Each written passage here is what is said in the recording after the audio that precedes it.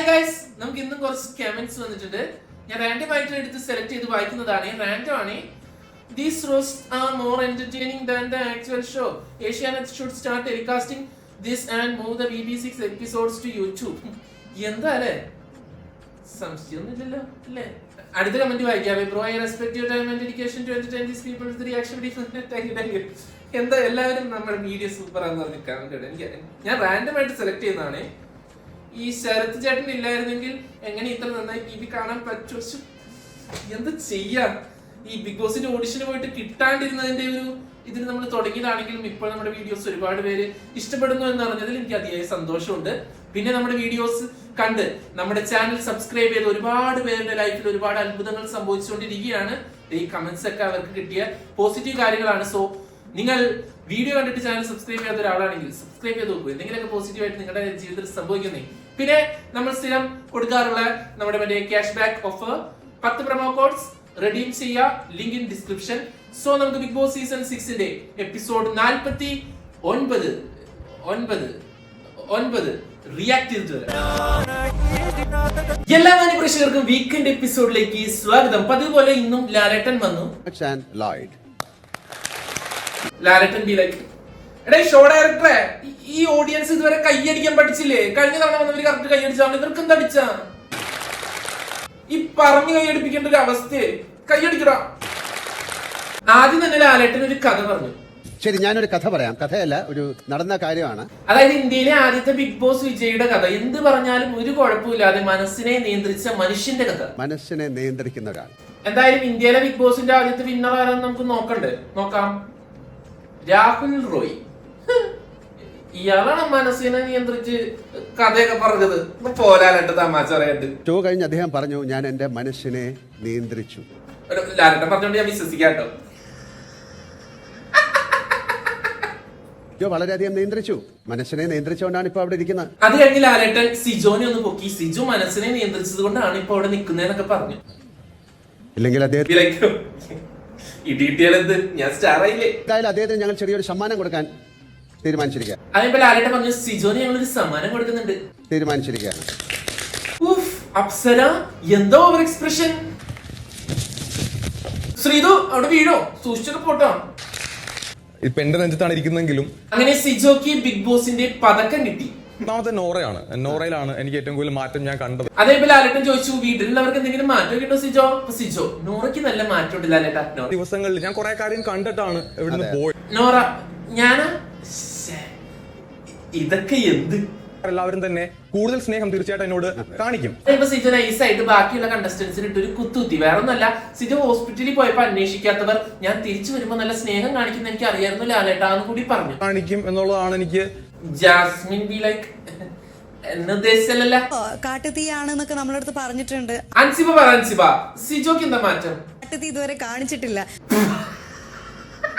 വളരെ calm and quiet ആയിട്ട് ഇവിടെ ഇരിക്കുകയാണ്. അൻസിബ സിജോന് മുക്കിയതൊന്നല്ലല്ലോ. മാറ്റങ്ങളും എല്ലാം സ്റ്റഡി ചെയ്തതിന് ശേഷം സ്റ്റഡി ചെയ്ത് കളിക്കാൻ സിജോ ആരാ? സൈന്റിസ്റ്റാ. അല്ല, 3/4 പേരുടെ കിളി അപ്പൊ പോയത് ഞാൻ കണ്ടു. ശ്രീരേഖ ചേച്ചി ഈ സിജോനെ കണ്ടപ്പോ കിളി പറന്നു പോയത് ശ്രീരേഖ ചേച്ചിയുടെ അല്ലേ? പോയ കിളികളൊന്നും തിരിച്ചു വന്നിട്ടില്ല. പോയ കിളി തിരിച്ചു വരാൻ ഞാൻ പ്രാർത്ഥിക്കാം. കിളികൾ തിരിച്ചു വരാം. ആ തീ കൊളുത്തലുണ്ടാവും. സിജോ മനസ്സിൽ മണ്ടന്മാര്, ഞാൻ വെറുതെ മാസ് ഡയലോഗ് അടിച്ചതാ. ഇവരതൊക്കെ വിശ്വസിച്ചില്ലേട്ടാ. പറഞ്ഞില്ല, അതിനു മുമ്പ് ബിഗ് ബോസ് എനിക്ക് എടുത്തുന്നു. ലാലേട്ടൻ ജാസ്മിനോട് ചോദിച്ചു, ജാസ്മിനെ സിജോന്റെ അടുത്തുണ്ടെങ്കിലും അറിയാനുണ്ടോ? എത്ര അറിയാൻ, എന്തറിയണം? ഞാൻ പറഞ്ഞുതരാം. ജിൻഡോയ്ക്ക് എന്താ പറയാനുള്ളത്? ജിൻഡോ ചേട്ടൻ സിജോനെ പറ്റി എന്താ പറയാനുള്ളത് നമുക്ക് കേൾക്കാം. കൂടുതലും ആളെ എന്നെ ഒരു ടാർഗറ്റ് ചെയ്യണ ഒരു ഫീൽ എനിക്ക് തോന്നിയിട്ടുണ്ട്. ഓ, സിജോ വന്നപ്പോ തന്നെ നിങ്ങളെ ടാർഗറ്റ് ചെയ്ത് കളിക്കുന്നു. ഓക്കെ, അദ്ദേഹം ഒരു കാട്ടുതീയായിട്ട് എനിക്ക് ഫീൽ ചെയ്തിട്ടില്ല. കുറച്ച് വളരെ തീപ്പിക്കൊള്ളിയായിട്ട് എനിക്ക് ഫീൽ ചെയ്തിട്ടുള്ളൂ. എനിക്ക് സിജ കാട്ടുതീയായിട്ടും തോന്നിയില്ല, ഒരു തീപ്പട്ടിക്കൊള്ളിയായിട്ട് തോന്നിയെന്നൊക്കെ. അങ്ങനെ ഒരു ചൊല്ലുണ്ട്, ഒരു ഫിലോസഫിയാണത്. അപ്പം അതായത് നിയന്ത്രിക്കാൻ പറ്റുന്ന കാര്യങ്ങളുണ്ട്, നമുക്ക് നിയന്ത്രിക്കാൻ പറ്റാത്ത കാര്യങ്ങൾ അല്ലെ? 2 കാര്യങ്ങളാണ്. അപ്പൊ നമുക്ക് കൂടുതൽ ഫോക്കസ് പോകേണ്ടത് നിയന്ത്രിക്കാൻ പറ്റുന്ന കാര്യങ്ങളിലായിരിക്കണം. നിയന്ത്രിക്കാൻ പറ്റാത്ത കാര്യങ്ങൾ നമ്മൾ എടുത്ത് വെച്ച് കഴിഞ്ഞാൽ അത് കുഴപ്പമായി മാറും. അതാ നിയന്ത്രിക്കാൻ പറ്റാത്ത കാര്യങ്ങൾ എടുത്ത് നിയന്ത്രിക്കാൻ നോക്കാൻ നിയന്ത്രിക്കാൻ പറ്റും. എന്താണ് രശ്മിൻ അതിന് നമ്മുടെ രശ്മിന് കഴിഞ്ഞ ആഴ്ച ബിഗ് ബോസിനോട് വിളിച്ചിട്ട് എനിക്ക് സംസാരിക്കാൻ ആരെങ്കിലും വേണം ബിഗ് ബോസ് എന്ന് പറഞ്ഞിട്ടുണ്ടായിരുന്നു. അപ്പൊ ലാലേട്ടൻ എന്നെ ട്രോളിയിട്ട് പറഞ്ഞു, കരയാൻ ഏതെങ്കിലും തോള് വേണോ? ഞാൻ വരാം, അതാണെങ്കിൽ രശ്മി വേണ്ട ലാലേട്ടാ, അല്ല എന്റെ വേണമെങ്കിൽ തരാം, ഇതിൽ ചെരിഞ്ഞിരിക്കുന്നു. എന്താണ് അപ്സര ചിരിക്കുന്നത്? ഇത് കേട്ടപ്പോ അപ്സര ചിരിച്ചു. അപ്പൊ ലാലേട്ടൻ ചോദിച്ചു, എന്തിനാ അപ്സര ചിരിക്കുന്നേ? അപ്പൊ അപ്സര, അല്ല ലാലേട്ടാ, ഞാൻ അവളുടെ അടുത്ത് എപ്പോഴും അവൾ ഒറ്റയ്ക്ക് ഇരിക്കുമ്പോൾ ഞാൻ പോയി സംസാരിക്കാറുണ്ട്, ഒരു പരിധി വരെ എന്നോട് ഷെയർ ചെയ്യാറുണ്ടെന്നാണ് എന്റെ ഒരു വിശ്വാസം. എന്നിട്ട് അവള് പറയാം അവൾക്ക് ഇവിടെ ആരും ഇല്ലാന്ന്. അപ്പൊ ഞാൻ പൊട്ടന് ഇവൻ ശരണിയാണെങ്കിലും അർജുന എങ്ങനെ ഒരു അപ്സര ഇങ്ങനെ പറയാൻ വന്നപ്പോ ലാലേട്ടൻ അർജുനോട് ചോദിച്ചു. അപ്പൊ അപ്സര അപമാനിച്ച് ഞാൻ ഇരുന്നോട്ടെ, ഷോൾഡർ കിട്ടുന്നില്ലേ? ഇല്ല, എനിക്ക് എന്റെ ഷോൾഡർ തന്നെ. അപ്സര ലാലേട്ടൻ എന്നെ എനിക്ക് ചിരിച്ചിട്ടുണ്ടെന്ന് അർജുനോട് ഇരിക്കണേ നൈസായിട്ട് ഇരിക്കാം, ആരും കണ്ടില്ല. എനിക്ക് എന്റെ ഷോൾഡർ തന്നെ മതി. അർജുന എന്ത് പറ്റാൻ? ആ ശ്രീതുമായിട്ട് എന്തെങ്കിലും വഴക്കുണ്ടാക്കിണ്ടാവും, അല്ലാണ്ട് എന്ത്? ഇങ്ങനെ അങ്ങനെ ഓ ഇങ്ങനെ ചാകുന്ന ഒരാള് ഫുൾ ടൈം ആ ശ്രീതുന്റെ കൂടെയാ. തൽക്കാലം ഇപ്പൊ അത് മതി ലാലേട്ടാ. ഋഷി ലാലേട്ട എനിക്ക് തൽക്കാലം അൻസിബയുണ്ട്. അല്ല അത് മതി, അത് കഴിഞ്ഞിട്ട് ഇല്ലെങ്കിൽ ഞാൻ വേറെ ആരെങ്കിലും കൊണ്ട് തരണം. എന്നാ കുറച്ച് കഴിയുമ്പോ നിനക്ക് അൻസിബാനും മതിയോണ്ട് ഞാൻ വേറെ ആളെ കൊണ്ടുവരാടാ. ഇല്ല, അങ്ങനെയല്ല. അങ്ങനെ പറഞ്ഞല്ലേ. അങ്ങനെ മനുഷ്യന് എന്തെങ്കിലും സങ്കടമുണ്ടോ? ഒരു തോള് കിട്ടിയാൽ കരയാമെന്നുണ്ടോ? അതായിട്ട് ലാലേട്ടൻ ചോദിച്ചു, ജിൻഡോ നിനക്ക് ആരെങ്കിലും കരയാൻ വേണോടെ മോനെ? ഉണ്ട്, തീർച്ചയായിട്ടും. ഞാൻ ജാൻമണിയോടാണ് എല്ലാം പറഞ്ഞുകൊണ്ടിരുന്നത്. എനിക്കിപ്പോ ആരുമില്ലല്ലോ ലാലേട്ടാ. ജാൻമണി കൂടി പോയ ശേഷം ഞാനിപ്പോ ഓരോരുത്തരുടെ അടുത്ത് ചെന്നിട്ട് തുറക്കണുണ്ട്. എന്ത് മനസ്സേ. പക്ഷെ ഞാൻ ഇപ്പൊ പലരോടായിട്ട് പോയിട്ട് പയ്യെ തുറന്നുകൊണ്ടിരിക്കണം. അതിപ്പോ ലാലേട്ടൻ പറഞ്ഞു, ജിൻഡോന് കരയാൻ വേണ്ടിട്ട് ഒരു തോള് ഞങ്ങൾ റെഡി ആക്കിയിട്ടുണ്ട്, വേഗം കൺഫെഷൻ റൂമിലേക്ക് വിട്ടോ. ശരി, നമ്മുടെ കൺഫെഷൻ റൂമിലേക്ക് വന്നോളൂ. അവിടെ ഒരു ഷോൾഡർ ഉണ്ട്, അവിടെ പോയി കിടന്ന് കരഞ്ഞ. എന്റെ ഇപ്പൊ തിരിച്ചു തരാം, പേടിക്കണ്ട, ഇപ്പൊ തിരിച്ചു തരാം. ഇപ്പൊ ലാലേട്ടൻ കണ്ടസ്റ്റൻസിനോട്, ജിൻഡോ ഇപ്പൊ വരും, പേടിക്കണ്ടാ, പിന്നെ അവർക്ക് പേടി, എങ്ങനെയെങ്കിലും ഇറങ്ങിപ്പോയാൽ മതി എന്ന് വിചാരിക്കുന്ന ആൾക്കാരാ. കൺഫെഷൻ റൂമിലെത്തിയ ജിൻഡോ, ഇതാരാ? Bigg boss.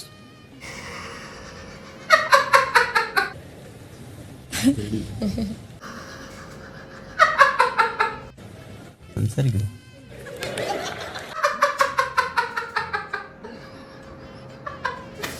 ഇയാളൊരു കാര്യം മനസ്സ് തുറക്കൂ. അപ്പൊ ബിഗ് ബോസ് പറഞ്ഞു, ജിൻഡോ മനസ്സ് തുറക്കൂ. എനിക്ക് ഇവിടെ മീൻ ചെയ്യണം, എന്റെ മനസ്സിലുള്ള കാര്യമാണ്. പൊന്നു ജിൻഡോ ചേട്ടാ ഒന്നും വിളിച്ച് പറയല്ലേ, ഇതൊക്കെ പുറത്ത് കാണിക്കണ്ട്.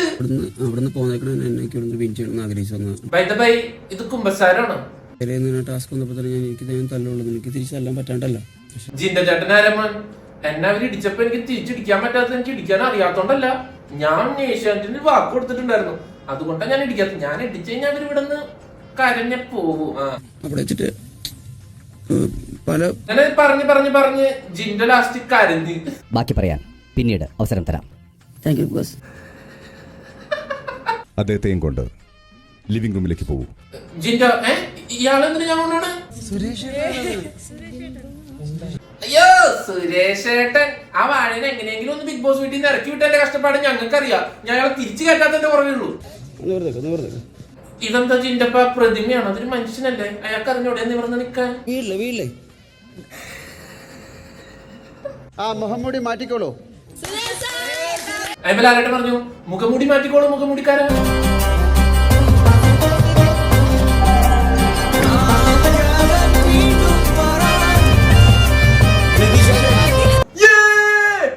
ഞങ്ങളുടെ അണ്ണൻ, ഞങ്ങളുടെ രാജാവ് തിരിച്ചു വന്നിരിക്കുന്നു.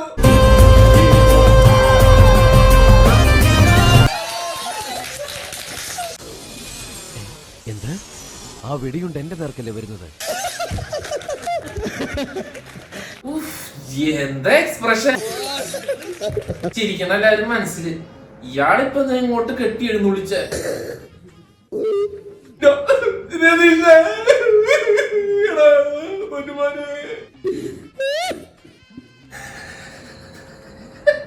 അവരെ എന്റർടൈൻ ചെയ്യാനുമാണ്.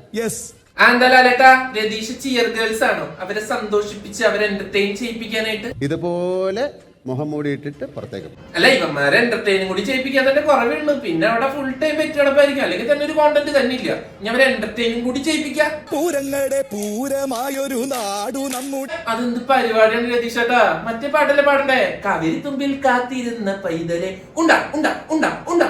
ദൈവമേ, മൂർഖനെയാണല്ലോ ചവിട്ടിയത്.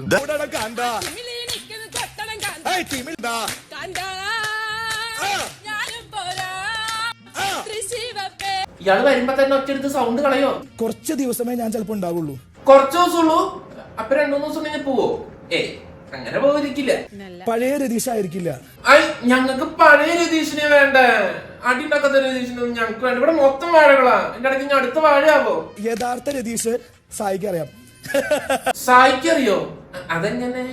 ഇതേ വന്നത് സന്തോഷമായ ആൾക്കാർക്ക് ഭയങ്കര സന്തോഷാ. എല്ലാത്തിനും മുഖം കണ്ടറിയാം. ചെറിയൊരു ഗെയിം കളിക്കാം അല്ലേ? അല്ല, ഞാനൊരു കാര്യം ചോദിക്കട്ടെ, ഈ സായിക്ക് എന്ത് പറ്റി? ഇഞ്ചി കടിച്ച കൊരകന്റെ പോലെ ഇരിക്കുന്നേ. കളിക്കാം അല്ലേ? സത്യം പറയാലോ, സായി വന്ന് പെട്ടുപോയതല്ലേ? ലൈറ്റ് ആയിട്ടുള്ള വേണോ സ്ട്രോങ് ആയിട്ടുള്ള വേണോ?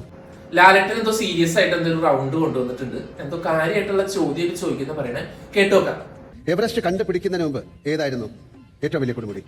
അയ്യേ, എന്റെ പൊന്നിലാലേട്ടാ, ഇത് ഞാൻ ജനിക്കണേന് മുമ്പ് ഇറങ്ങിയ ക്വസ്റ്റ്യൻ ആണ്. ഇതുവരെ ഇത് മാറ്റാറായില്ലേ? ഓക്കെ, ഒരു ചോദ്യം ചിലപ്പോ റിപ്പീറ്റേഷൻ വന്നതായിരിക്കും. അടുത്ത ചോദ്യം അടിപൊളിയായിരിക്കും, നമുക്ക് കേട്ടോക്കാം. ആ കലണ്ടർ എപ്പോഴും വരുന്ന ഒരു അസുഖമുണ്ട്. അല്ലെങ്കിൽ മന്ദാണോ? Okay, month. അയ്യേ, അതാണ് പറഞ്ഞത്. ഇത് ഒരു ഫൺ ചോദ്യം കൂടാണ്. നല്ല എന്താലേ വീക്കെൻഡ് എപ്പിസോഡില് അതും ലാലേട്ടന്റെ പോലത്തെ ഒരു സൂപ്പർ സ്റ്റാറിനെ കൊണ്ട് നിർത്തിയിട്ട് ചോദിക്കാൻ പറ്റിയ ചോദ്യങ്ങളാണ് ഈ ഷോ ഡയറക്ടർമാർ എഴുതി കൊടുത്തത്. എന്തുവാടേ ബിഗ് ബോസിനോട് ചോദിക്കുന്നത്? എന്തോ നിങ്ങൾ കാണിക്കുന്നത്? എനിക്ക് അറിയാൻ പാടില്ലാത്തോണ്ട് ചോദിക്കുക. വ്യത്യസ്ത ഭാഷകൾ ഔദ്യോഗികമായി അംഗീകരിക്കപ്പെട്ടു. സിജോന്റെ ടീമിനോട് ചോദിച്ചപ്പോ സിജോന്റെ ടീം അതില് അങ്ങനെ ഇവരിങ്ങനെ ലാലേട്ടൻ ശരി, ഇവരെന്താ എസ് എഴുതണം? മാതൃഭാഷകളെല്ലാം ഔദ്യോഗിക. വലിയ പി ടി ടീച്ചറാണ്, ഒരു തേങ്ങ അറിയില്ലേ. യുനെസ്കോ അംഗീകാരം ലഭിച്ച കലാരൂപം. സായിബി ലൈക്ക് ലാലേട്ടാ, ഒരു കാർ കിട്ടി കഴിഞ്ഞാൽ ഇതിന്റെ ഒരു എക്സ്പ്ലനേഷൻ വീഡിയോ ഞാൻ ഇട്ടുതരാം. മോഹിനിയാട്ടമാണോ? ഇരുന്നോളൂ. എന്തായാലും നല്ല ഫസ്റ്റ് വീക്കെൻഡ് എപ്പിസോഡ്. കണക്ക് മാഷിനെ സഹായിക്കുന്ന 2 പെൺകുട്ടികളുണ്ട്. അവരാരൊക്കെയാണ്? മലയാളം അറിയാത്ത ശ്രീധുവിനോട് ചോദിക്കാൻ പറ്റിയ ചോദ്യാണത്. ബിന്ദു, രേഖ. ആരാ ഈ രേഖയും ബിന്ദു? എനിക്കറിയില്ലല്ലോ അവര് ആരത്. ഖാദർ മാഷ് കുളിമുറിയിൽ കയറി വാതിലടച്ചു. പക്ഷെ തോർത്ത് പുറത്തായിരുന്നു. എന്നിട്ടും അയാൾ പരസഹായം കൂടാതെ കുളിച്ച് തോർത്തിപ്പോന്നു. എങ്ങനെ? ഓക്കെ, ഇങ്ങനൊരു അവസ്ഥ ഒരു ബിഗ് ബോസ് ഹോസ്റ്റിനും വരുത്തരുതേ. ചോക്ലേറ്റിന്റെ നാട് എന്നറിയപ്പെടുന്നത്? സത്യം പറഞ്ഞു കഴിഞ്ഞാൽ കഴിഞ്ഞ സീസണിൽ നമ്മുടെ റിനോഷ് വളി എന്ന് പറഞ്ഞതുപോലത്തെ ഉത്തരം കിട്ടാൻ വേണ്ടിയിട്ടാണ് ഇങ്ങനത്തെ ചോദ്യങ്ങൾ ചോദിച്ചത്. പക്ഷെ നൈസായിട്ട് ചീറ്റിപ്പോയി. ധൈര്യമായിട്ട് പറ, ചിലപ്പോ ശരിയായില്ലായിരിക്കും. പഞ്ചാബാണെന്ന് വെച്ചാൽ പഞ്ചാബാ? അതെ, ഇപ്പൊ ഓരോ ടീമിനോട് പറഞ്ഞു നിങ്ങൾ അങ്ങോട്ടും ഇങ്ങോട്ടും വേണമെങ്കിൽ ഓരോ ക്വസ്റ്റ്യൻസ് ചോദിക്കാം. അപ്പൊ ശ്രീരേഖ ചേച്ചി എന്നിട്ട് 25 കോഴിയെ ഒറ്റ അക്കമായിട്ട് ശ്രീരേഖ ചേച്ചി എന്നിട്ട് 25 കോഴീനെ 6 കൂട്ടില് ഒറ്റ സംഖ്യയായിട്ട് ഇടണം. എങ്ങനെ ഇടും? ജിൻഡോന്റെ ടീം പറയൂ. ഞാൻ ഇവരോട് ചോദിച്ചു ആർക്കും ആൻസർ കിട്ടിയിട്ടില്ല. ജിൻഡോ, എന്റെ പൊന്നിലാലേട്ടാ, ഇത് ഞാൻ ഇവരോട് ചോദിച്ച ചോദ്യമാണ്. ഇവർക്ക് ആൻസർ കിട്ടിയില്ല, ഇവർക്ക് ബുദ്ധിയില്ല. അതായത് കേരള ജനങ്ങളോട് പറയണത്, അവരും വരുത്തട്ടെ. ജിൻഡോയാണ് എന്റെ ടീം തോറ്റാലും കുഴപ്പമില്ല, ഞാൻ പറയില്ല. ഇത് നിങ്ങൾ ആലോചിച്ച് കണ്ടുപിടിക്കും. കേരള സമൂഹത്തിന് ഇട്ടേക്കാണ് ഈ ചോദ്യം. ലാസ്റ്റ് കപ്പായിട്ട് കൊണ്ട് പോകുന്ന സ്റ്റേജിൽ എന്ന് പറയാന്ന്. 25 കോഴീനെ 6 കൂട്ടില് ഒറ്റ സംഖ്യയായിട്ട് ഇടണം അല്ലേ? എന്റെ പൊന്നു ജിൻഡോ ചേട്ടൻ, നിങ്ങൾക്ക് തലയ്ക്ക് ഓളമില്ലേ? ആൻസർ അറിയാം. എനിക്കറിയാം ആൻസർ. 6 ഓഡ് നമ്പേഴ്സ് കൂട്ടിക്കഴിഞ്ഞ് ഈവൻ നമ്പർ അല്ലേ വരുള്ളൂ. ഞാൻ പറയില്ല, പറ്റില്ല. കണക്ക് പ്രകാരം ഇത് പോസിബിൾ അല്ല. ബട്ട് 5 കോഴീനെ വീതം 5 കൂട്ടിലാക്കിയിട്ട് ഈ 5 കൂടും കൂടി ലാസ്റ്റ് കൂട്ടിലിറക്കി വെച്ച് കഴിഞ്ഞാൽ 6 കൂട്ടിലും ഒറ്റ സംഖ്യയിലുള്ള കോഴിയായി. ജഡ്ജിയുടെ മകൻ പോലീസ്, പോലീസിന്റെ അച്ഛൻ SI. അപ്പൊ നന്ദന എന്നിട്ട് ഒരു ചോദ്യം ചോദിച്ചു. അപ്പോൾ ഈ ജഡ്ജി ആരാ? മനോഹരമായ ഫ്രഷ് ചോദ്യമായിരുന്നു. ശ്രീരേഖ ചേച്ചി അപ്പൊ തന്നെ ഉത്തരം പറഞ്ഞു. അമ്മ. നന്ദന മോയെ മോയെ മയെ മയെ മയെ മയെ. നെക്സ്റ്റിനോട് ചോദിക്കാം. ഇനി നമുക്ക് ഋഷിയുടെ ചോദ്യം കേൾക്കാം. ഋഷിക്ക് ഇത്തിരി ബുദ്ധിയൊക്കെ ഉള്ളത്, ഇത്തിരി സ്റ്റാൻഡേർഡ് ചോദ്യങ്ങൾ ചോദിക്കും. ചോദിക്കുമോനെ? ഇത് ഒരു മരുഭൂമി കൂടി ഒരാൾ തുണിയില്ലാതെ ഒരു കോഴി പിടിച്ചിങ്ങനെ നടക്കുകയാണ്. അയ്യേ, അപ്പൊ അങ്ങനെ ഭയങ്കര വിശന്ന് ചാവാനായി. പക്ഷെ അങ്ങനെ വെജിറ്റേറിയൻ. അപ്പൊ അങ്ങനെ എന്ത് കഴിക്കും? കോഴിമുട്ട. അല്ല, ഓ നല്ല ആൻസർ. വെജ് കോഴിയായിരിക്കും. സൂപ്പർ. അവിടെ എന്തെങ്കിലും വെജിറ്റബിൾ കാണുമായിരിക്കും. പടം മരത്തുമേന്നൊക്കെ പിടിച്ച് തിന്നുന്നത്. നിങ്ങള് മറ്റേ സിനിമ ഒന്നും കണ്ടിട്ടില്ലേ? മരുഭൂമിയിലാണ് മരം. അവിടെ വഴുതനങ്ങ വിളഞ്ഞു കിടപ്പുണ്ട്. ലാലേട്ടന്മാര് ഊക്കിയപ്പോ സമാധാനം ആയില്ല. ഡ്രസ്സില്ലാതെ നടക്കണ എന്തിനാണ്?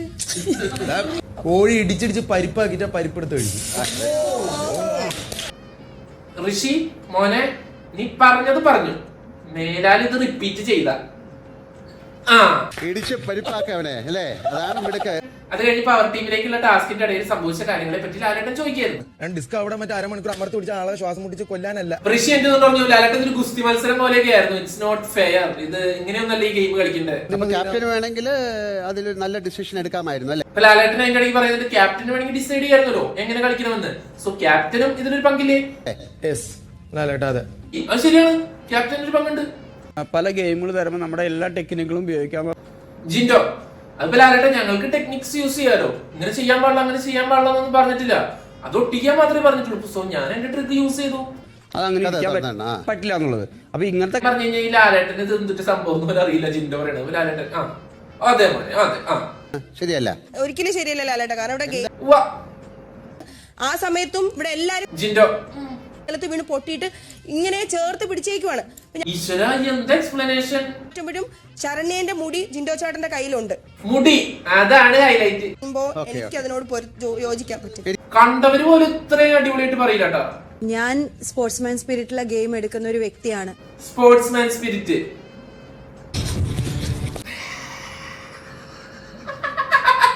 നല്ല സ്പോർട്സ്മാൻ സ്പിരിറ്റ് ഉള്ള ആളാ. സ്മോക്കിംഗ് റൂമിൽ പോയിട്ട് ഇങ്ങനെ ഒളിച്ചിരുന്ന് ജിൻഡോട്ടന്റെ കയ്യിലുണ്ട് മുടി. ലാലേട്ടൻ എടുത്തിട്ട് ചോദിക്കണ്ടേ ശരണ്യക്ക് ഉറപ്പാണോ ജിൻഡോ മുടിയിൽ വലിച്ചു? നിങ്ങൾ ഷുവറാണോ?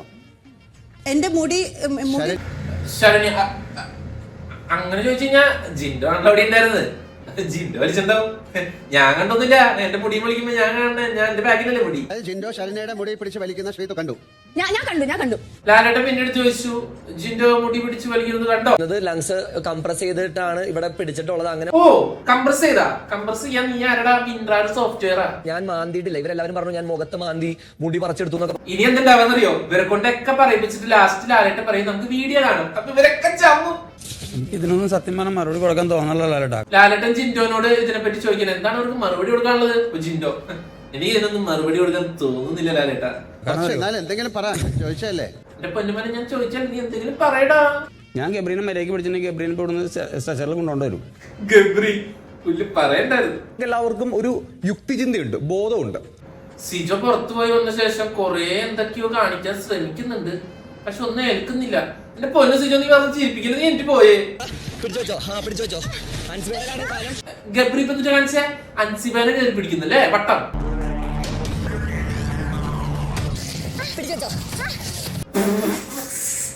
ചമ്മി കേരളം ഉറ്റുനോക്കുന്ന ആൻസർ വേണോ നിങ്ങൾക്ക്? മുടിയിൽ വലിച്ചതാര്? അർജുൻ എന്റെ ജാസ്മിനോട് കണ്ട ഞാൻ മുടിയിലൊന്നും വലിച്ചിട്ടില്ല, നിങ്ങളെല്ലാവരും കൂടി എന്നെ കുറ്റക്കാരനാക്കി. ഞങ്ങൾ പറയും ചെയ്തു ആൾക്ക് ഗെയിമിൽ ഇങ്ങനെ ഓടിയൻസാ അത് ജയിക്കായിരുന്നു. അതേപോലെ ലാലേട്ടൻ നന്ദനോട് ചോദിക്കാണ് എന്താണ് രണ്ടു വഞ്ചി കാലിട്ട് നിക്കണ് ജാസ്മിൻ എന്നൊക്കെ പറയണ കേട്ട്. ഞാൻ ചോദിച്ചപ്പോ പറഞ്ഞു കണ്ണില് ഇരുട്ട് കേറി, ഞാൻ കണ്ടില്ല. ശരണ്യനെ കാണാൻ പോയപ്പോ ജാസ്മിന്റെ കണ്ണിൽ ഇരുട്ട് കേറിയാ ചിരിച്ചിട്ടൊട്ടിക്കുന്നു ഗബ്രി എന്നൊക്കെ പറഞ്ഞ അങ്ങോട്ടും ഇതൊക്കെ പറഞ്ഞപ്പോ ഒരു മനസ്സിന് സുഖം കിട്ടി. ഞങ്ങൾക്ക് നല്ല മനസ്സുഖം കിട്ടി. ഇപ്പൊ ക്യാപ്റ്റൻ ഞങ്ങളോട് പറയണ ആ രീതിയിൽ കളിക്കാൻ പറ്റില്ല, മറ്റേ രീതിയിൽ കളിക്കാൻ പറഞ്ഞാൽ ഞങ്ങൾ ആ രീതിയിൽ കളിക്കും. അല്ല ലാലേട്ടാ, ഞങ്ങൾ ഇങ്ങനെ നിയമം തെറ്റിച്ചപ്പോ ക്യാപ്റ്റന് പറയായിരുന്നില്ലേ? ക്യാപ്റ്റൻ അല്ലേ ഇത് നിയന്ത്രിക്കണ്ടേ? അപ്പൊ അങ്ങനെ ആക്കിയോ? ഞാൻ പറഞ്ഞതിലോട്ട് കയറിയോ? അല്ല ജാസ്മിൻ ലാലേട്ടൻ അങ്ങനെ പറഞ്ഞപ്പോ ഇത് തൂങ്ങി പറയണത് ലാലേട്ടൻ വിശ്വസിക്കണ്ട.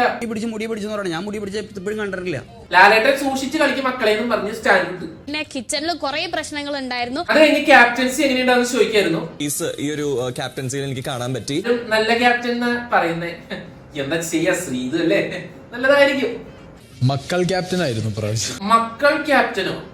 ശരി. ഡിസിഷൻ അപ്പൊ ഹൗസ് മേറ്റ്സിന്റെ കാര്യങ്ങൾ സെന്റൻസിൽ തമിഴിൽ പറ.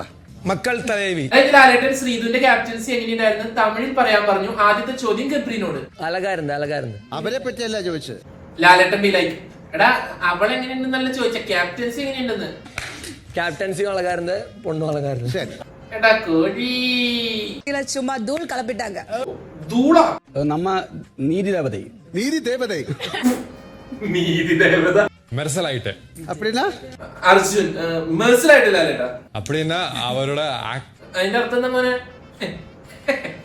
അതൊന്നും എനിക്കറിയില്ല. അതൊരു വെയിറ്റുള്ള ആകല്ലേ. വിക്രത്തിന്റെ മറ്റേ സിനിമയിലെ ഒരു പാട്ടുണ്ട്, അതൊന്ന് നൈസായിട്ട് ശ്രീതൊക്ക ഉയിര് ബാക്കിയെല്ലാം ഓക്കെ. ശ്രീതു അണ്ണി ரொம்ப நல்லா இருந்தா അന്യല്ലടി, ഞാൻ പറയില്ല. തീ പൊരി നനച്ചു പക്ഷേ ഒരു പൊരി ഇതാ പറ്റിയത്. പവർ ടീം ഊക്കിയതാണ്. ഇരിക്കില്ല. പറഞ്ഞായിരുന്നു ഈ വീക്ക് നമുക്ക് ശാന്തയും സമാധാനവും വേണം. ഓ ശരണേ, വിശ്വസിച്ച് സിബിൻ പോയി കഴിഞ്ഞപ്പോ നിങ്ങക്ക് അടവെടുക്കാൻ ആളില്ല. ശാന്തി സമാധാനം ഓക്കെടാ. പിള്ളേരൊന്നും വലിയ പ്രശ്നമൊന്നും ഒന്നും ഉണ്ടാക്കിയിട്ടില്ല. ഒരു പ്രശ്നമില്ലാത്ത നല്ല സൂപ്പർ വീക്കായിരുന്നു. അത് കഴിഞ്ഞ് ക്യാപ്റ്റൻസി ടാസ്ക് ആയിരുന്നു. വേറെ ഒന്നുമല്ല, ഫ്രണ്ടിൽ ഒരു നെറ്റ് പോലത്തെ ഒരു സാധനം വെച്ചിട്ടുണ്ടാവും. അതിന്റെ അടിയിൽ നിന്ന് ബോൾ എടുക്കുക, എന്നിട്ട് ഇങ്ങനെ പിടിച്ച് മുകളിൽ കൊണ്ടുവന്നിട്ട് ആ പൈപ്പിൽ കൂടെ ബാക്കിലുള്ള ബോക്സിലേക്ക് ഇടുക. മത്സരം സ്റ്റാർട്ട് ചെയ്തു. അഭിഷേകും രശ്മിനും നൂറിയും ഇഞ്ചോടിഞ്ച് മത്സരം. കളി കണ്ടുകൊണ്ടിരുന്നപ്പോ ഞാൻ വിചാരിച്ചു അഭിഷേക് ജയിക്കുന്നു. പക്ഷെ വിജയിച്ചത് നമ്മുടെ രശ്മിനായിരുന്നു. രശ്മിനാണ് അടുത്ത വീക്കിലെ ക്യാപ്റ്റൻ. അഭിനന്ദനങ്ങൾ. അടുത്ത വീക്കിൽ അടിയുടെ ഇടിയുടെ വെടിയുടെ പോട്ടി പൂരമായിരിക്കും. ജിൻഡോ ചേട്ടനും രശ്മിനും ശത്രുക്കളാ, പൊളിക്കും. അത് വളരെ വൃത്തിയായി ആ റൂം വെച്ചിട്ടുണ്ട്, അതുകൊണ്ട് ചോദിച്ചാ. അത് കഴിഞ്ഞാൽ ലാലേട്ടൻ ബിഗ് ബോസ് ഹൗസിലെ ഏറ്റവും മനോഹരമായിട്ടുള്ള ബെഡ്റൂമിനെ പറ്റി പറയാണ്. ആണാ? ക്ലീൻ ആണോ റൂമാ? ഇതെല്ലാം ഈ ട്രേ എല്ലാം ജാസ്മിന്റെ ഡ്രസ്സുകളാണ് ഏറ്റവും കൂടുതൽ. ലാലേട്ടാ, ആ പുതപ്പ് ഞാൻ മടക്കി വെച്ചില്ല, പക്ഷെ അവിടെ കിടക്കുന്ന തുണി മൊത്തം ഈ ജാസ്മിന്റെ കാണുന്നില്ല. എവിടെ ജിൻഡോയുടെ ഡ്രസ് ഉണ്ടോ? ഇവരവിടെ കാട്ടിണ്ടാവും. നമ്മുടെ വീട്ടിൽ സിവിക് സെൻസ് എന്ന് പറയും, നമ്മുടെ വീട്ടിൽ പഠിപ്പിക്കുന്നതാണ്. ലാലേട്ടൻ ബാക്കി കണ്ടസ്റ്റൻസിനെ കണ്ടു പഠിക്കൂ. നിങ്ങൾ തന്നെ നോക്കൂ, ബാക്കിയുള്ളവരുടെ എത്ര മുറികളൊക്കെ ശരിയാണ്. അവരൊക്കെ റൂം എത്ര വൃത്തിയായിട്ടാണെന്ന് അറിയാം സൂക്ഷിച്ചാണ്. ബാക്കി കണ്ടസ്റ്റൻസ് ഇതൊക്കെ എന്ത് ലാലേട്ടാ? ചുട്ടയിലെ ശീലം ചുടല വരെ. ഞങ്ങൾ ചെറുപ്പം തൊട്ട് ഇങ്ങനെയാണ് ചെയ്ത് പഠിച്ചത്, അതുകൊണ്ട് ഞങ്ങൾ ഇങ്ങനെ ചെയ്യും. എന്താ ജാസ്മിൻ ഇങ്ങനെ? എനിക്കറിയാൻ പാടില്ല. ലാലേട്ടൻ നമ്മുടെ ജാസ്മിനോട് ചോദിക്കണേ, എന്താ മോളെ, എന്താ അതിന്റെ പ്രശ്നം? എനിക്കറിയാൻ പാടില്ല. എന്റെ 2-3 ജാസ്മിൻ, എന്റെ പൊന്നു ലാലേട്ടൻ എനിക്ക് അറിയാൻ പാടില്ല. ഞാൻ ആരെങ്കിലും എടുത്തിട്ടാണോ തിരിച്ച് ബെഡൊക്കെ ഒന്ന് അടുക്കി വെച്ചോടെ? ലാലേട്ടൻ ബി ലൈക്ക്, ഓ ഇപ്പൊ പെട്ടി തുറന്ന് വേറൊരാളോട് എടുത്തു വെച്ചെന്നാണ് പറയണ മോള്. എന്താ ചോദിക്കുമ്പോ നിങ്ങൾക്കൊരു ദേഷ്യം പോലെ കാണിക്കുന്നത്? അതെനിക്ക് ഇഷ്ടമായി. നീ ചെയ്തൊരു കാര്യം നിന്നോട് ചോദിക്കുമ്പോ എന്തിനാടാ നീ ദേഷ്യപ്പെടുന്നേ? നിങ്ങൾ ചെയ്തുകൊണ്ടിരിക്കുന്ന ഒരു പ്രവൃത്തിയാണ് ഞാൻ പറയുന്നത്. എന്താ മോളെ പറയുന്നത്? അതെന്താ ചെയ്യാത്തത്? അത് ചെയ്യണ്ടേ? ജാസ്മിൻ അല്ലെങ്കിലും ചെയ്തൊരു കാര്യം അംഗീകരിക്കാറില്ല എന്നുള്ള കാര്യം നമുക്കറിയാം. അതുകൊണ്ട് ഇത് അംഗീകരിക്കാനൊരു ചാൻസ് ഇല്ല. ആ റൂം വൃത്തിയാക്കി വെക്കാൻ പറയുന്നത് തെറ്റാണോ?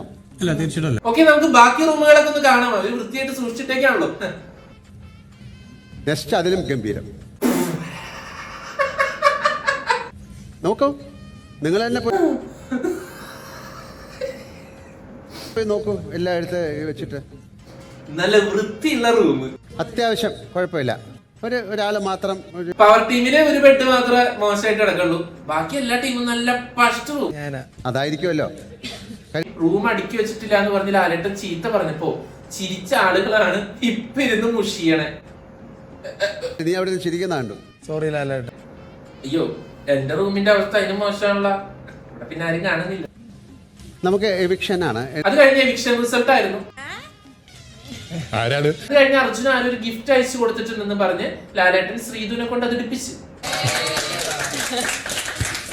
കണ്ട ശ്രീധു അവൻ കോഴിയാണ്, ഏതോ പെൺകൊച്ച അയച്ചു എന്ന് പറഞ്ഞപ്പോഴേക്കും അത് നമുക്ക് എടുത്ത് ഉമ്മ വയ്ക്കുന്നു. അവന്റെ സ്വഭാവം മാറി. ഞങ്ങൾ അർജുനെ സേവ് ചെയ്തിരിക്കുന്നു. എനിക്കിപ്പോ പോകണ്ട. ഈ സേവ് ആയാൽ മാത്രമേ ലാലേട്ടൻ രശ്മിനോട് ചോദിച്ചു, രശ്മിനെ എങ്ങനെയുണ്ട്? ഇരിക്കാൻ പറ്റുള്ളൂ. ഒന്ന് സേവ് ആക്കി തരൂ. രശ്മി ബി ലൈക്ക്, എന്നെ കൊല്ലാതിരിക്കാൻ പറ്റുമോ? കൊല്ലുന്ന ആൾക്കാരാണ്, അതുകൊണ്ട് ലാലേട്ടൻ, ഞങ്ങള് കൊല്ലണ ആൾക്കാരാ, ഞങ്ങൾക്ക് കൊന്നാ ശീലം. But you are safe. Also saved. എന്നാ നേരെ പോ, നേരെ വാ. You are also saved. ഇതൊക്കെ പറഞ്ഞോണ്ടിരിക്കുമ്പോ അൻസിബ അവിടെ എന്തോ ആലോചിച്ചോണ്ടിരിക്കും. അപ്പൊ ലാലേട്ടൻ അൻസിബനെ പൊക്കി. നോമിനേഷനെ പറ്റിയല്ല ആലോചിച്ചത്. അൻസിബ, ഞാൻ എവിക്ഷന്റെ കാര്യം ആലോചിച്ചിട്ടില്ല ലാലേട്ട. അൻസിബ സേവ് ആയിരിക്കും. അൻസിബ, ഞാനോ? നിങ്ങൾ ഭയങ്കര ടീമാണല്ലോ, ഭയങ്കര. അത് കഴിഞ്ഞ് ലാലേട്ടൻ ജിൻഡോനെയും ജാസ്മിനെ ഏൽപ്പിച്ചു നിർത്തി. സ്നേഹത്തിന്റെ എന്നിട്ട് പറഞ്ഞു, നിങ്ങൾ തമ്മിൽ എന്താ സ്നേഹം? നിങ്ങളുടെ സ്നേഹം കണ്ടിട്ട് എനിക്ക് അസൂയ തോന്നുന്നു. രണ്ടുപേരും ഇരുന്നോളൂ, ബാക്കി കാര്യങ്ങൾ ഞാൻ നാളെ പറയാം. അതൊക്കെ പറഞ്ഞോണ്ട് ലാലേട്ടൻ പറഞ്ഞു, ഇരുന്നോ എന്ന് പറഞ്ഞു. ഇപ്പൊ ജിൻഡോം ജാസ്മിനും വിചാരിച്ചു ഞങ്ങള് സേവ്. ലാലേട്ടൻ, നിങ്ങൾ സേവ് അല്ല, ഇരുന്നോളാനേ പറഞ്ഞോളൂ. രണ്ടുപേരും സേവ്ഡ് അല്ല, ഇരുന്നോളൂ. വീണ്ടും നാളെ കാണാം. എല്ലാവർക്കും നല്ലത് വരട്ടെ. അരമണിക്കൂർ കുസൃതി ചോദ്യങ്ങൾ നിറഞ്ഞ ഇന്നത്തെ വീക്കെൻഡ് എപ്പിസോഡ് 49ന്റെ റിയാക്ഷൻ ഇവിടെ അവസാനിക്കുന്നു. അടുത്തൊരു വീഡിയോ ആയിട്ട് എപ്പിസോഡ് 50ന്റെ റിയാക്ഷനുമായിട്ട് നമുക്ക് നാളെ കാണാം. അതുവരെ